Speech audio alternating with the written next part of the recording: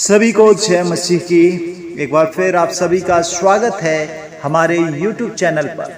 और आज हम देखेंगे प्रभु यीशु मसीह द्वारा कही गई सातवीं और अंतिम वाणी को, जो यीशु ने उस कलवरी के क्रूस पर कही थी। जब यह चिल्लाहट गुलगुता के आसपास गूंज रही थी, तब उसके अंतिम शब्द क्रूस से उसका था सातवां कथन कहा गया था। वो ये था कि हे पिता, मैं अपनी आत्मा को तेरे हाथों में सौंपता हूं, जो पाई जाती है लूका 23 अध्याय और वचन 46 में। इस वचन के साथ यीशु मसीह ने अपने प्राणों को त्याग दिया था। आज मैं आपसे पूछना चाहता हूं कि आपका कर्ज कैसा है?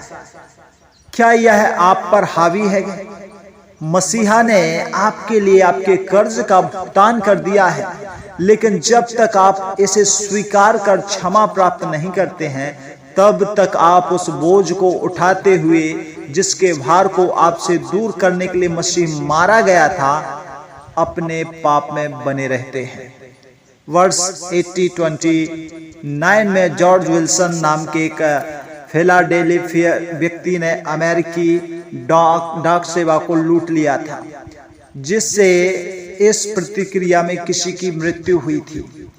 विल्सन को जब गिरफ्तार किया गया, उस पर मुकदमा चलाया गया, उसे दोषी पाया गया और अंत में विल्सन को फांसी की सजा दी गई।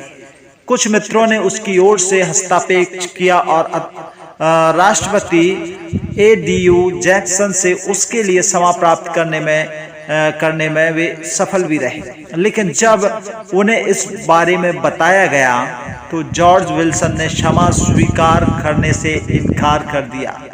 सिर्फ इस सजा को लागू करने के लिए तैयार नहीं था। वह एक क्षमा प्राप्त व्यक्ति को फांसी पर कैसे लटका सकता है? राष्ट्रपति जैक्सन के पास गुहार लगाई गई। हैरान राष्ट्रपति ने मामले का फैसला करने के लिए अमेरिकी संयुक्त राज्य की सुप्रीम कोर्ट का रुख लिया। मुख्य न्यायाधीश मार्शल ने फैसला लिया कि एक क्षमा करने का आदेश कागज का एक टुकड़ा है, जिसका मूल्य निहत व्यक्ति द्वारा इसकी स्वीकृति पर निर्भर करता है। यह मान लेना कठिन है कि मौत की सजा पाया हुआ एक व्यक्ति क्षमा को स्वीकार करने से इनकार कर देगा, लेकिन अगर इसे स्वीकार कर दिया जाता है तो यह क्षमा प्राप्त नहीं है। जॉर्ज विल्सन को फांसी दे देनी चाहिए, इसलिए जबकि उसका क्षमा प्राप्ति का आदेश सिर्फ एक ही अर्थात उसकी मेज पर पड़ा था। जॉर्ज विल्सन को फांसी दी गई।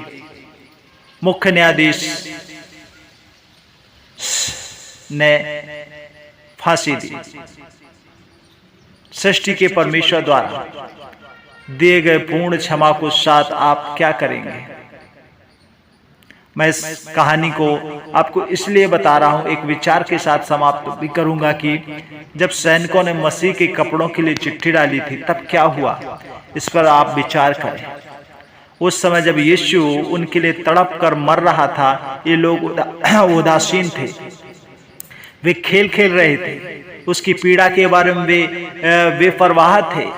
यह उनके लिए सिर्फ एक सामान्य दिन था। उन्हें इस बात का एहसास नहीं था कि उनकी अनंत नियत अधर्म में लटकी हुई है, अर्थात कि सब कुछ निस्वार्थ प्रेम इस कृत्य पर निर्भर था। यह तस्वीर हमें मसीह के अर्थात जो यीशु कलवरी की क्रूस पर टंगा, वह तस्वीर हमें मसीह के प्रति संसार की उदारता को दर्शाती है। उन्होंने एक खेल खेला, जैसे कि इसमें कोई फर्क नहीं पड़ता। मसीह के बलिदान के विषय में आप जो कुछ भी करते हैं, यह जान लीजिए कि इसके लिए एक प्रतिक्रिया की आवश्यकता है। इस भेंट, इस बलिदान के प्रति आपकी क्या प्रतिक्रिया है? जॉर्ज विल्सन की तरह क्या आप इसे मेज पर छोड़ देंगे? नहीं। प्रार्थना पिता से करें, कहें, प्रभु आपका प्रेम महान है, दया के लिए हम आपका धन्यवाद करते हैं। आपने मेरे लिए यीशु मसीह को दिया, इसलिए धन्यवाद करते हैं। उसके बलिदान के लिए धन्यवाद करते हैं। मुझे पापों से मुक्त कर दिया, मुझे नया बनाया। मैं अपना जीवन आपको सौंपता हूं और उस अंतिम बंधनों से मुक्त होने की इच्छा रखता हूं जो मुझे पकड़े हुए हैं। आप प्रार्थना कर सकते हैं यीशु के नाम से, आमीन। और प्रभु आप सबको बहुत बहुत आशीष दे और सहायता करें।